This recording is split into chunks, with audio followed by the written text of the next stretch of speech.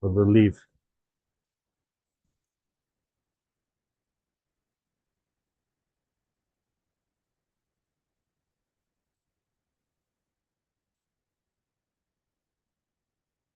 Hmm.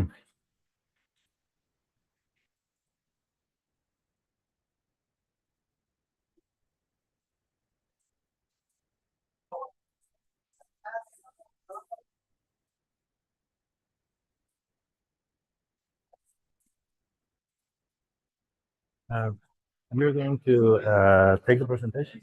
Okay. The situation is there are some videos, and the videos, the first three of them, you will need to put them play. Okay.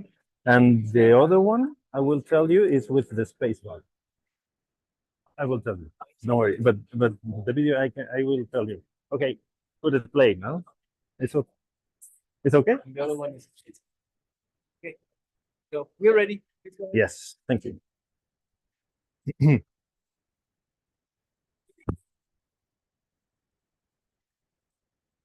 I can take.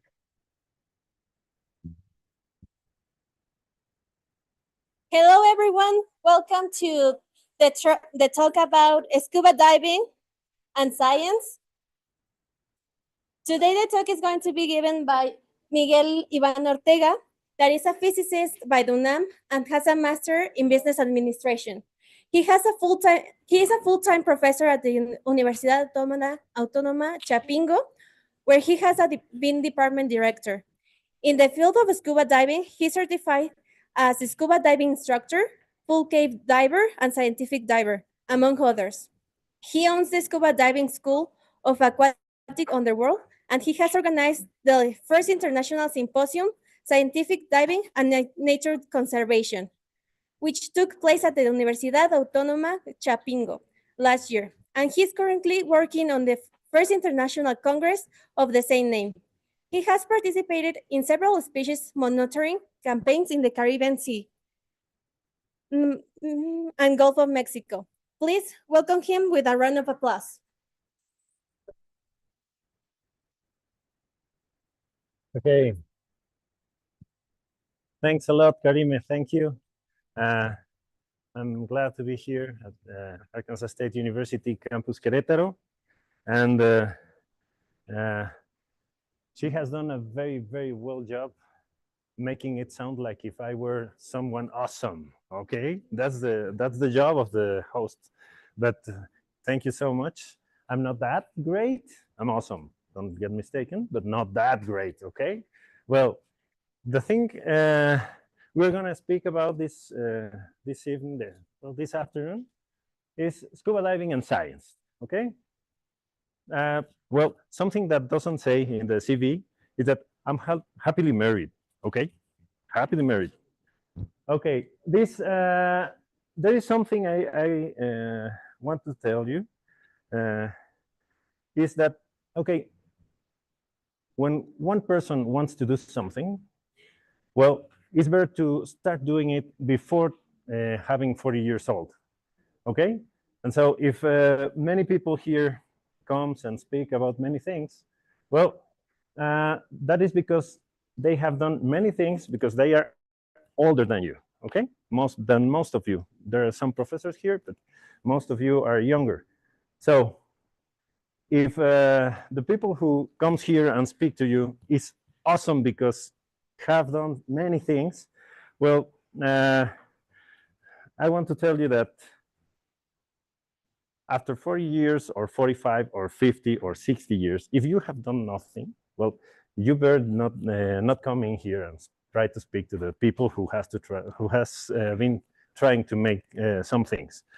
For example, after 40 years of life, there are around more or less 3 billion people who stay alive nowadays. 3 billion people. So if someone is great enough and say, okay, I have done many things and the CV is tremendous and okay, he's almost touched by the rats. Okay, so he has a foot or she has a foot on the Olympus. Okay, well, but 3 billion people are like like me, like many other people. So the Olympus must be a very, very huge place, very huge. Maybe something like this one. This is huge. I love this place because it's huge. We can be all together right there. Okay, and the talk mostly is going to be about the sea. Okay, well, everyone, this is Victor. Victor is my partner of 1,000 battles. Victor, this is everyone. Okay, and I'm gonna give Victor and all of you who want 15 seconds to picture yourself scuba diving. Okay, 15 seconds. Victor has a lot of experience. He has been present at many courses, around 100 or something. So he knows everything there is to know about scuba diving, but many of you haven't had the opportunity to do that. So this 15 seconds is for you. Well, they have passed. And now, okay, this is a video. Surely you have imagined yourself something like this.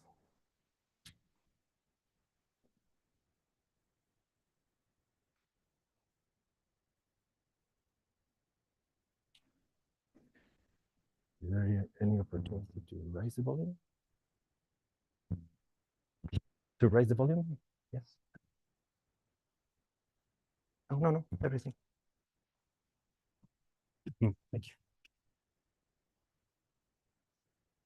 Okay, reefs, coral reefs, lots of fish, many different species. Obviously, you are the ones holding the camera. No? This is a Caribbean reef. You diving with your friends, making jokes about it, maybe closing the tank of someone. No, don't do that. Very difficult, very dangerous. Okay?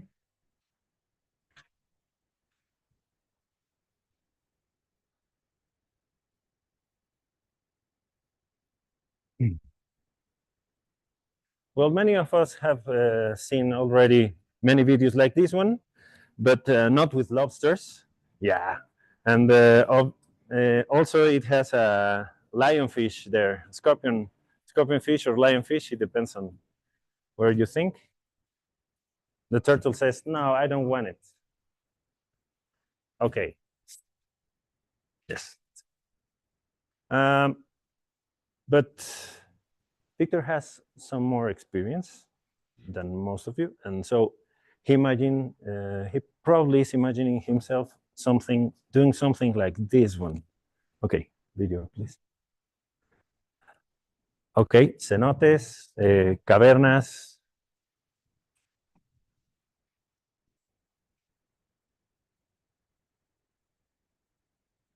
Okay, this is a cavern. It's not cave diving.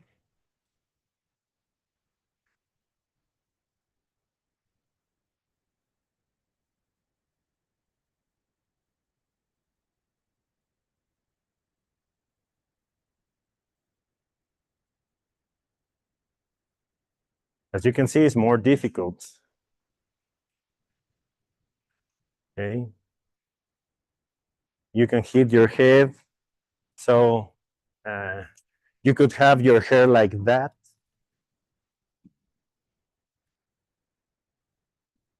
Okay, but also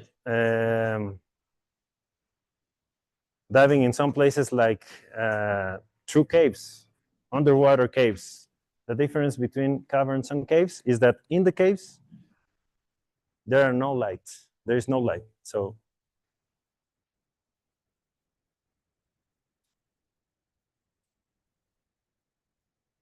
and it's a very, very, very small place. You have to follow a line that the front man is leaving, so you can follow them.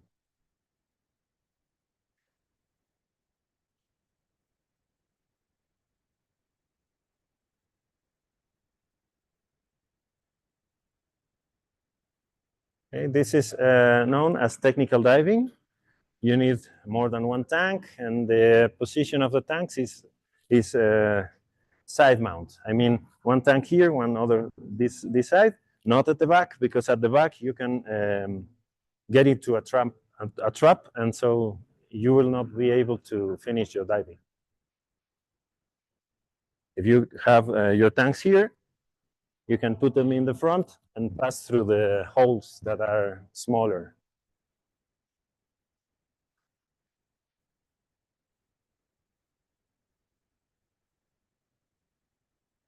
Well, but for tourism, there is another thing. You can imagine yourself diving in a wreck, okay?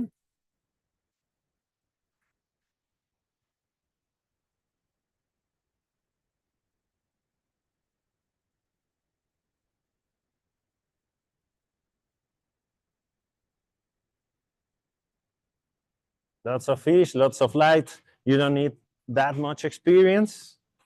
It's a little bit of a technical diving, but you don't need that much of experience. Okay.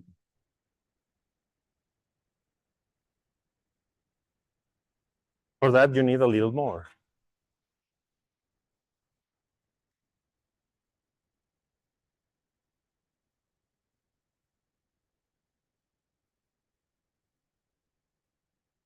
No, don't follow the light, no. Yeah. Okay. Well, thank you. Well, it is amazing. It's absolutely amazing, mind-blowing. It's wonderful to do that. But, okay. But underwater, there are also deserts. And deserts, I mean, deserts under the water. Here on the surface, we are familiar with the deserts. Here is a semi-desert, but there's no water. Well, there are some places, is a video also, where there is desert and are vast deserts. And as the deserts here on the surface, they have a lot of life. Especially the biggest fish are living there and above, but while the desert. Okay. So if you are afraid of the sharks, don't be. They look at you, threatens you, and they leave. Then they leave. Okay. So, well, but there are also forests, and we know them because at the north of this country and at the coast of the Pacific, there are kelp forests, which is macroalgae that is growing from the floor of the ocean and all the way to the top. These forests have a ceiling. I mean, they cannot go out of the water, and also the trees, the algae are very thin because they move with the water. Okay, they cannot prevent to move; they move with the water. But they have also roots and many things. Well, okay. All of these are environments of underwater, and we want to see them. And I hope you have the experience of being in one of them, or two, or three, or many. But science? What? No? Okay. These are the dogs. These are very, very funny creatures. They play a lot, and okay. Well, but they look at you like, what? No? Okay. Well, what do we do to make science while diving? Well, we have to, we can make so many measures of so many places and so many things. For example, a reef, a coral reef, or a rock. We have to put some metric scale here, so you can measure it. You cannot do it from the surface because you will not be able to see exactly where they begin, they end. If there are some changes through the time or something, you won't be able to do that. So you have to go there, get in, take care, put the measurement, and take the data you need. Okay, and also have the experience of be in front of the living beings that are there. There are many, many ways of life there that doesn't resemble to anything here on the surface. So it's very, very interesting that. Well, of course, there are many ways of measurements, and this, well, we were measuring the height of some corals, some specific species of corals that are there. That this is Puerto Morelos, okay? But you can see, I mean, there is one people just ahead of you, the other one is you carrying one thing, other thing, breathing, floating, and doing many things at the same time, writing the data, taking the measurements, and many things. Well, of course, there are many things to measure. So in each campaign, you need to be in a very large group of people if you want to do something, because you cannot be underwater all the time. You just have, I don't know, maybe 40 minutes, 50 minutes, and in that you have to do something. You have to take the measurements and do something. So usually there are many people who is working with each campaign, and we do, for example, species monitoring.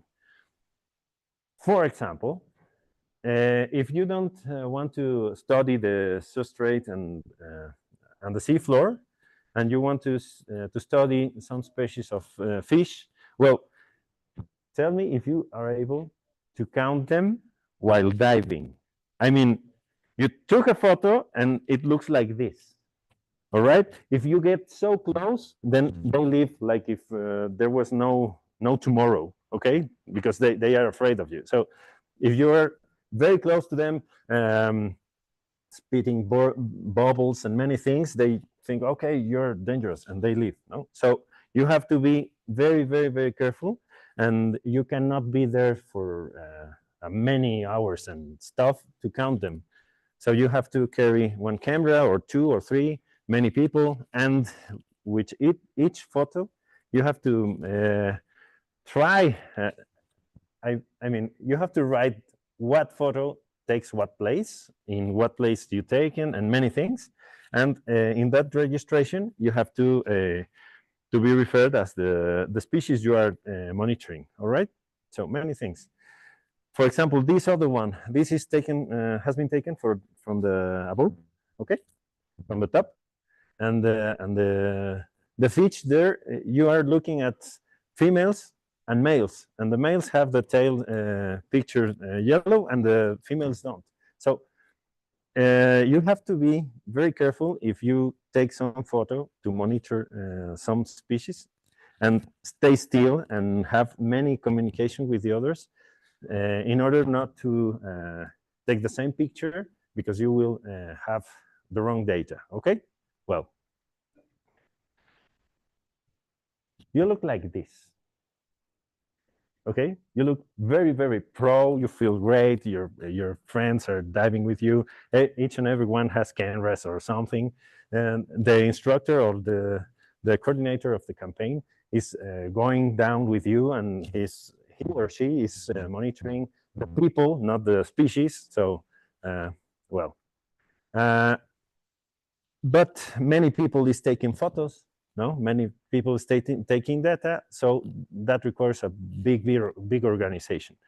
Also, well, you feel like superheroes or something. No, this is great, but you want to take pictures like this one. Well, I have this. Oh, I have this. Yeah. If you want to take pictures like that one, well, you have to be able to stay put, floating over the reef without touching it and without moving, so you can have the picture you want. This guy is not resting over the grass. No, he's floating. He's not touching it, because there is some microscopic living being there that is studying. But okay, the most difficult part of this is the organization, but also the training, okay? You need a lot of training because, for example, with spacebar, these are two people, very experienced in advanced level on many things, and they are trying to inflate a ball. And look, they crash, they fight, many things. So if you want to stay put, you require really high training. Okay, if they are two people floating, there's no floor, no problem, and even then they are crashing with each other. Imagine in the other place. Doing something like this, a lot of things around you, taking notes, stretching the line, communicating with your partner taking the photos, many things, no? For example, here, no touching the floor, no touching anything, because if you touch it, you kill it. That's the reason, okay? You are monitoring something, if you touch it, you kill it. Also, if you touch it, you will get hurt because everything is harsh there. Everything. Under the sea, everything is harsh. You touch it, you hurt yourself. Okay, well, this will be achieved only if you train a lot and you can stay put like this. This is, well, this is a trial. You have to stay floating almost immobile with I don't know, maybe 20 minutes is very large time. So the training is a little bit harsh, but it is required, okay? Well, why is it difficult to stay put? If you inflate your lungs, well, many of here are studying science, right? If you inflate your lungs, your volume gets bigger. If the volume gets bigger, somebody? Yes, you will. The force will push you outside. Okay, and if you exhale, then the volume goes down. And you raise your hand. No. Okay. And what happens? Yes, you fall down. All right. So each and every time you breathe, you go up and go down. So how are we able to keep still? Well, training. You cannot hold your breath. That is dangerous for you. So a lot of training. Okay, well, what else? I mean, we have been monitoring species. We have been taking photos. We have taken measurements of the floor, of the sea floor, many things. Well, but what else? Okay. For example, and that is an economical situation that is very important for the country and for many countries, I mean. Not so long ago, maybe 7 years, 9 years, a tremendous amount of sargassus has arrived to the shores of the Caribbean Sea. And all of that sargassus has many consequences, have many consequences into the environment, okay? What we can see is a huge amount of grass going through our shores and well, making very difficult to enjoy our vacations, okay? But what happens under the water? Well, under the water, especially in the Caribbean Sea, there is a lot of life, and many of that life requires sunlight, obviously, but when all that grass, all that sargassus arrive at the shore, then 1 kilometer of the shore and go through the open sea, 1 kilometer with no light, okay? And we say, okay, that is a problem. Yeah. If the coral reef doesn't receive light, then the life cannot go on. Okay, it's okay. In the next diapositive, we'll discuss that. But what happens? Another thing is that the sargassus free some acid. Okay, under the sargassus, there is a lot of acid, so the chemical reactions and the water changes their pH, the hydrogen potential, and changes the conditions of the environmental conditions for the living beings that are under the sargassos, and they die. But also, we have a global warming problem, and that global warming problem is increased in this case because the acid will rise as the temperature. So the temperature rises and the coral die. So the fish die, the coral die, the many things die, and the sargassus dies also. So we have a tremendous damage here, and many people have been studying this because of the economical impact this have, and also because of the species that live in the Caribbean Sea were really, really in danger. Okay. That leads us to the coral bleaching. I mean, this was a catastrophic event, especially in the Caribbean, but it has also passed in the Gulf of Mexico and Pacific, which is a disease that many of the coral reef are dying. And how can we know that a coral is dying? Because it turns to white. Okay, so it's whitening, and suddenly it dies. The algae that is needed, well, the corals are animals. Okay, are small, very small animals that lives here and construct their houses, and the coral is the house. Okay, so the polyps here lives with a small algae whose name is zooxanthella, and this algae is the one who needs the light of the sun. But if there is no light of the sun, well, the algae, okay, I'm sick, but I don't die. But when these small creatures feels the heat, okay, I don't like the heat, and you, zooxanthella, are living here with me, I don't like you, and push it out.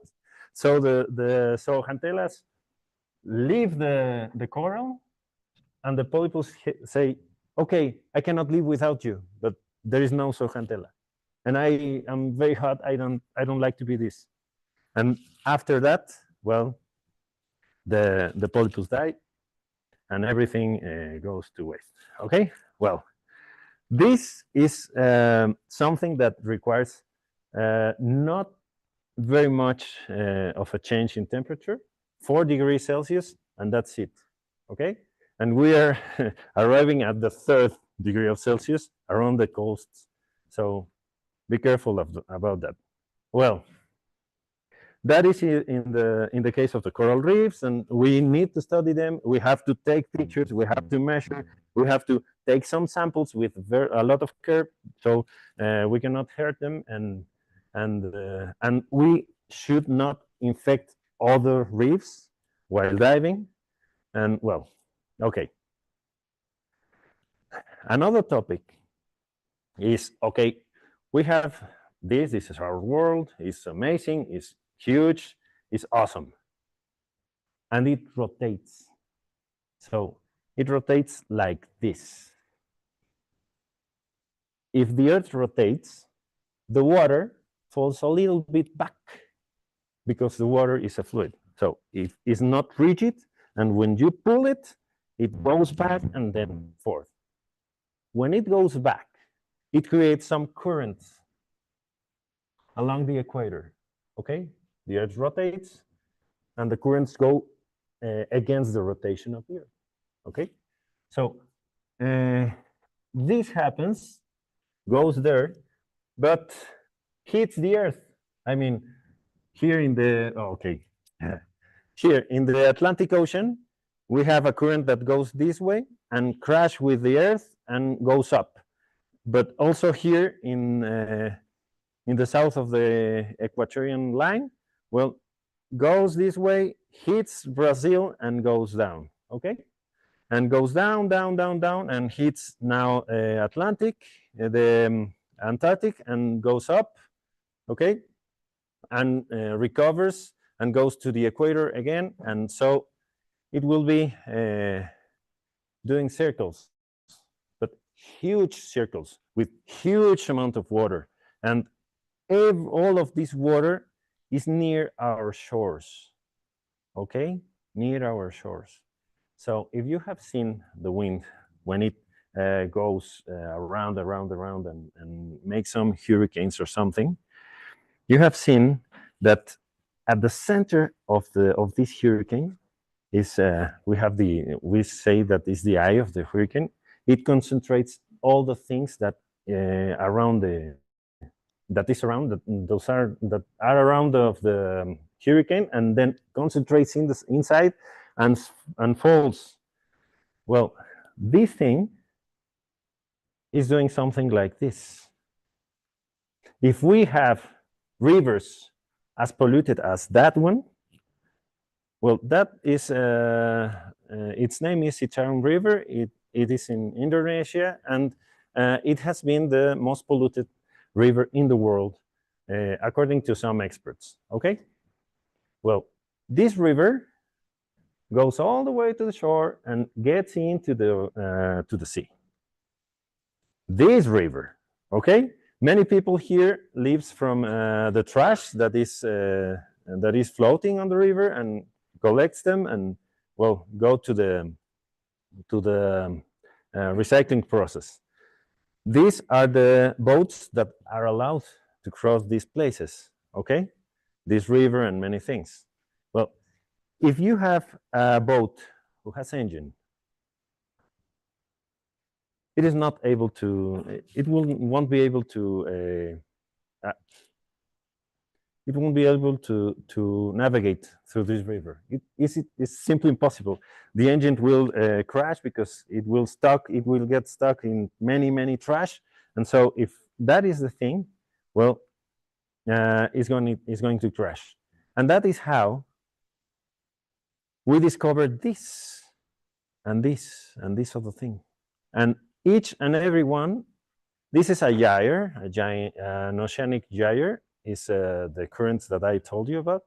And in the middle, go all the way to the center, they are forming a lot of trash islands, okay? This is not new, many of you know, but a lot of trash islands and big ones, maybe 3 times the state of Texas. Big, really big islands. And we discovered them not because of the planes, because the planes go all the way around, because there is land. So if there is happens something in the air, they can land. But with the ships that go to get some fish in the open sea, and the ships were stuck here, many of them. And they say, okay, we cannot go further because there's a lot of trash and we will lose our boat. Okay, so send helicopters to rescue them and bring them back. Well, when they discovered this, it was a huge news around the world, and the islands that are floating there are really amazing, and it's impossible to go through them, okay? Because are very far away, and there are very big islands, always almost like an iceberg. You see the top, but you don't see it below. It's very huge place. Okay. But when something is floating in the water moves. And we have seen in the movies, maybe the waves 15 meters up and 50 meters down. And then the ships are moving like this. No. Okay, we have seen Titanic. Well, the trash is going to be crashing with each other, and everyone here has the experience of crashing 2 rocks with each other. They become dust. No, so the island trash, the trash islands are very well known, and okay, you are here, but all the dust of the plastic, we have not measurement of that, and the whales and many other living species that live on the ocean, open ocean, and eat other fish and eat plankton and many things are eating this. Okay, so this is the the problem now. This is all around the world, all around the sea. And of course, if we want to know what is happening exactly at some reef, at some species, at something, well, we have to be there and watch it. Okay? So do scuba dive for this one. Well, but not everything is wrong. Okay? Well, remember the Citarum River? Well, at the 10th World Water Forum, due to the Citarum Harum program, the pollution index of the Citarum River is now declining. That means it is better now. It is a lot better, but a lot. Something like this, okay? So there are some organizations that are taking care of these places, many organizations, I must say. And for example, the Citarum River was the most polluted river in the world, and now is polluted. Not more, but polluted, okay? Well, other organizations that well, do this kind of work are this, Oceana, the Ocean Cleanup. This organization has a very funny machine, but yes, it works, and it cleans the ocean and the rivers. Clean Currents Coalition, Ocean Conservancy, many others, okay? Just to say something. Well, okay, so that happens to the environment, and we study them, and we go underwater and see some trash and some diaper fish and some, I don't know, whale fish, maybe, many things. But there are also things to study about our bodies. And this is something that has developed medical treatment for many things, okay? For example, when we go under the water, well, we face ourselves with many microorganisms, many, that we have no defenses for, okay? So we're defenseless against many microorganisms, and because of that, we cannot live under the water, okay? And our skin got softened. You have the experience of that also. If you stay too long under the water, well, you will be exposing yourself to a soften of the skin. And if you have the skin too softened, then you will get hurt very easily. And many of the microorganisms that we don't have defenses for are going to get in. Okay, well, also, well, there is medical treatment for many things, and is developing something like this one to prevent that. When we breathe pressurized air, well, we will be exposing ourselves to something that we are not made of, okay? I mean, here the air, we can say it has maybe 79% of nitrogen and 21% of oxygen, minus pollution, of course. But when we dive, well, we don't have only one atmospheric pressure. We have one atmospheric pressure plus other pressure that is under the water. And the water increases the pressure 1 atmosphere each 10 meters, okay? So 10 meters of dive, 2 atmospheres over you. And so it doubles the pressure, and the air doesn't feel the same way, okay? Well, that doesn't feel the same way because our body is absorbing a lot of air, a lot, and we don't need it. But we absorb it because we are under more pressure. If we absorb, well, the blood and the tissues we have will be saturated, yes? And if they are saturated, we cannot go up in one time. We have to make some stops and let it go out. But because of that, we have developed some, well, some treatments for many diseases. And maybe 7 years ago, it was a demographic explosion of the hyperbaric chambers. You can see hyperbaric chambers all the way, and many people goes there for different things. Well, that is a consequence of this kind of studies in medicine. Okay, that is something like there are other anecdotes that happens to be like this one. I mean, you all know this medicine I'm going to talk about, but I'm not going to say the name, not until the end. There was a trial for some diseases of the heart, and some pharmaceutical companies were developing some research about it and give you some pills and some things, and I don't know. And well, at the end of at the last stage of the trial, they took a sample of the population, human population, and they gave them the medicine. Well, after the trial was done, the pharmaceutical company comes right to you and say, okay, how did it go? And the people say, okay, yeah, fine, no problem. Well, give me the rest of the medicine. And the people say, no, I won't give it to you. But the medicine is mine. No, I won't give it to you. But your heart is, yes, my heart is okay. So why don't you give it? Because that solved all the other problems that. What?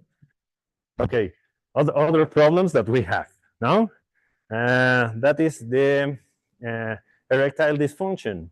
So with a medicine for the heart, they discovered that that medicine was good for the erectile dysfunction, and so that is the reason why the people didn't want to give back the medicine. Okay, well, that is the same case in here. We were studying how to not get ourselves hurt while diving and many diseases. And okay, well, that happened here. Okay, well, here we have it's a little bit more complicated to study there, and that while diving really deep. For example, in the oil rigs, well, we dive 100, 200 meters, and okay.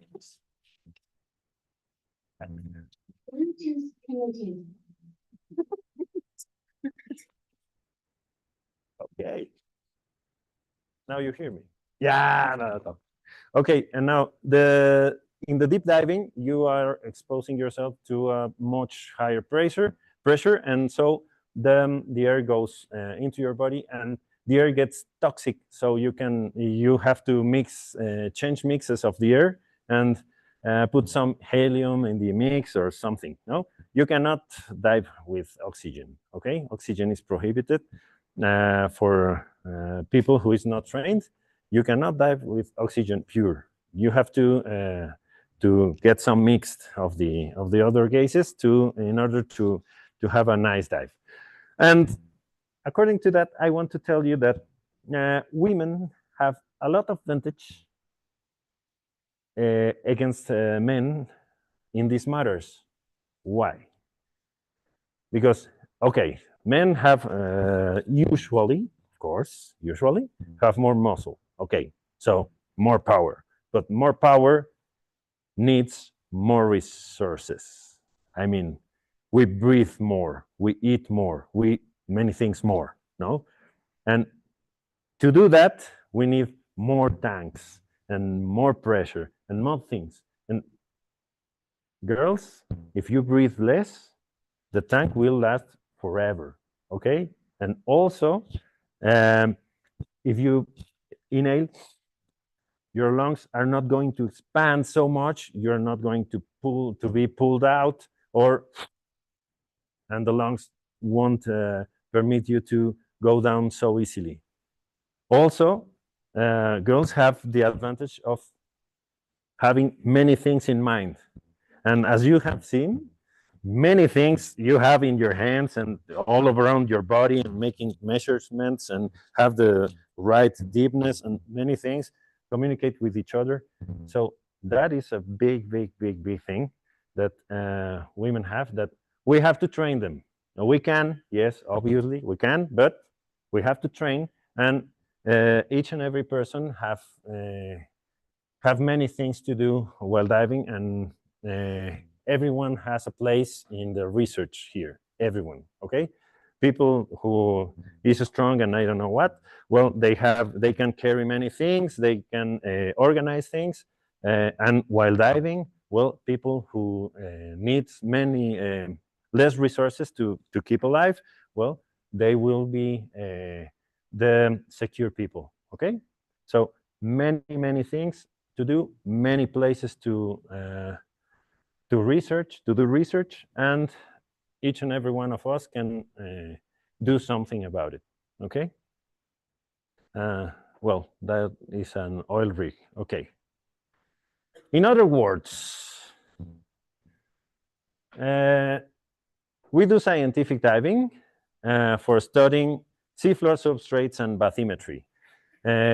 In over the surface, we refer to bathymetry as topography. That means the measurement of many places, mountains and many things.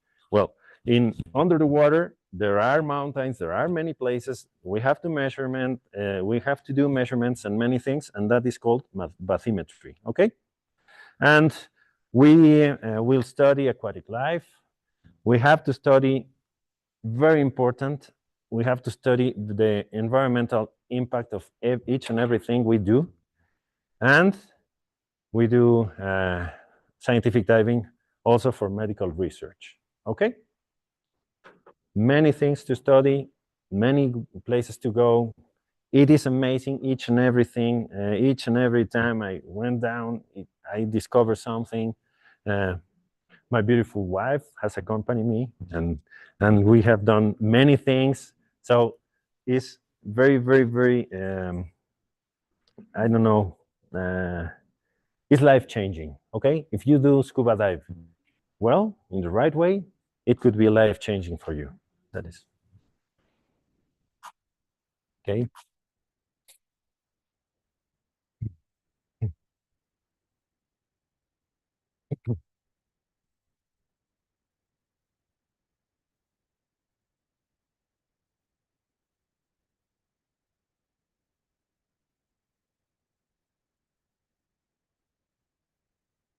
Okay.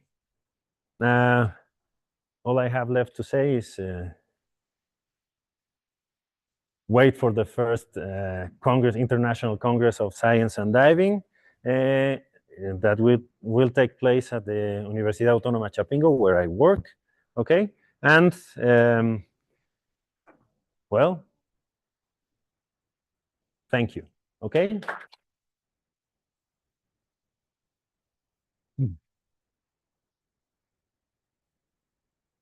If you are kind enough to take a picture of that QR code and answer some questions, well, we can keep in contact if it's your will. Thank you so much, Karime. It's okay? The time is okay? Okay. Yes. The presentation Okay. for being here. Okay. For pictures for coming. Picture. Okay, thank you. Thank you. Yes, questions? Yeah, time maybe for 2 or 3 questions. Over here. Okay, here. There's two questions here. First, then you.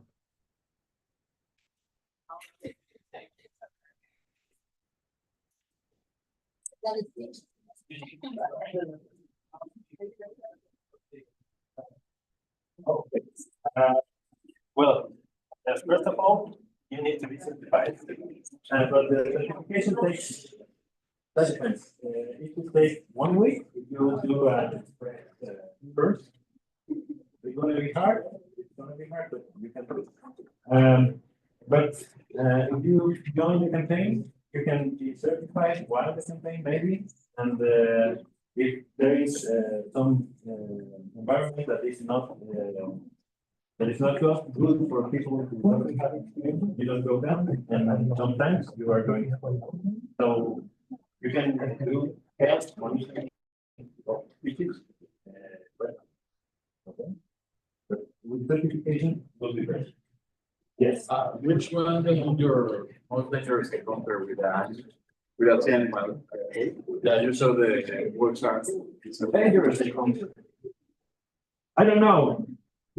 I really don't know. I have seen I don't know the name of the fish in English, but it should be something like bull shark. Okay, I have seen many bull sharks. I have seen whale sharks, many other fishes, and I haven't felt threatened anytime. Okay, so maybe we had an experience with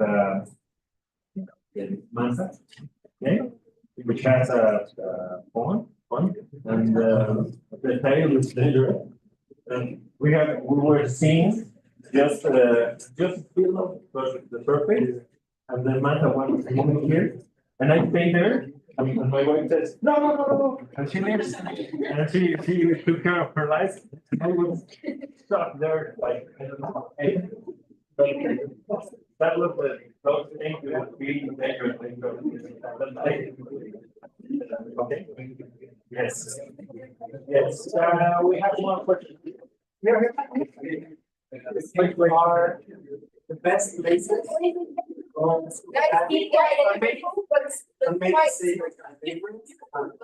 Okay. Let's know. Rica. Great. Where? Great. Great. Okay. Mexico. Mexico. Veracruz. Veracruz. It's great. And What read about that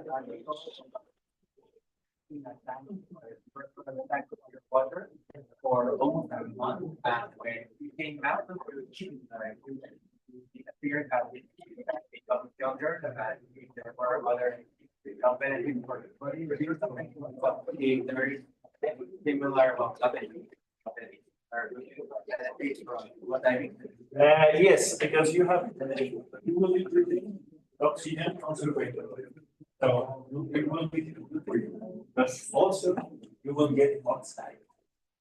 So it is a given thing. No? Yes. Talking about sharks, have you noticed a decrease in shark population in diving? Well. Great. I mean, we are in the need to develop some strategy for keeping the living being alive, because it is very easy to hunt them and very easy to sell them. But we need some strategies that give us more money by keeping them alive.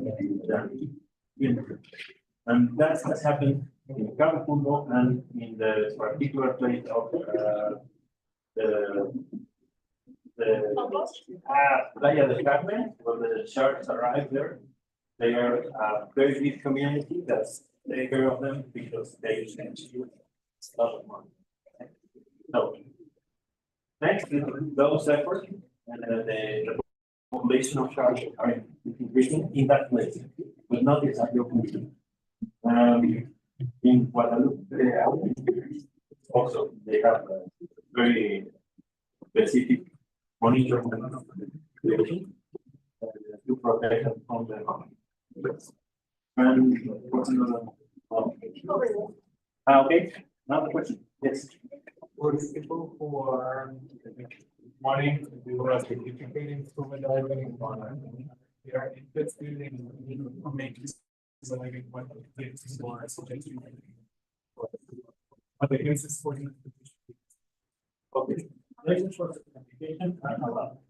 But what I recommend is that with people certified to the people. Because many people think they know how to dive, they are not certified as instructor, and so they doesn't have the information you need like everywhere in the source. So the certification means you are able to go underwater, anywhere in the world, and they take. That is what we do. So they are with there are many agencies that can help you with that. One last question. One last. Okay. Well, my last question is, I know that there's government laws that are, like things, for example, special government. So my question is, like any animal that is are given. So, there is a lot of because each and every time you take one species from somewhere and put it in another place, they can become big. Okay, so there are a lot of species that have that develop. I don't know exactly which one can I give you, but I know of them. Oh, okay. Even the race is not like a manta, it's smaller, but a big amount. We have the center. They are like, oh. And the squid, yes, the squid is a problem because the squid doesn't have lots of nutrients and they reproduce a lot. So many squid during the search of many species, clouds of squid, but they don't have the nutrients. So the other species that eats them, they die. They don't have nutrients. Okay, I will be right there. Anyone else have some questions? Well, this is my first presentation in English. Thank you so much.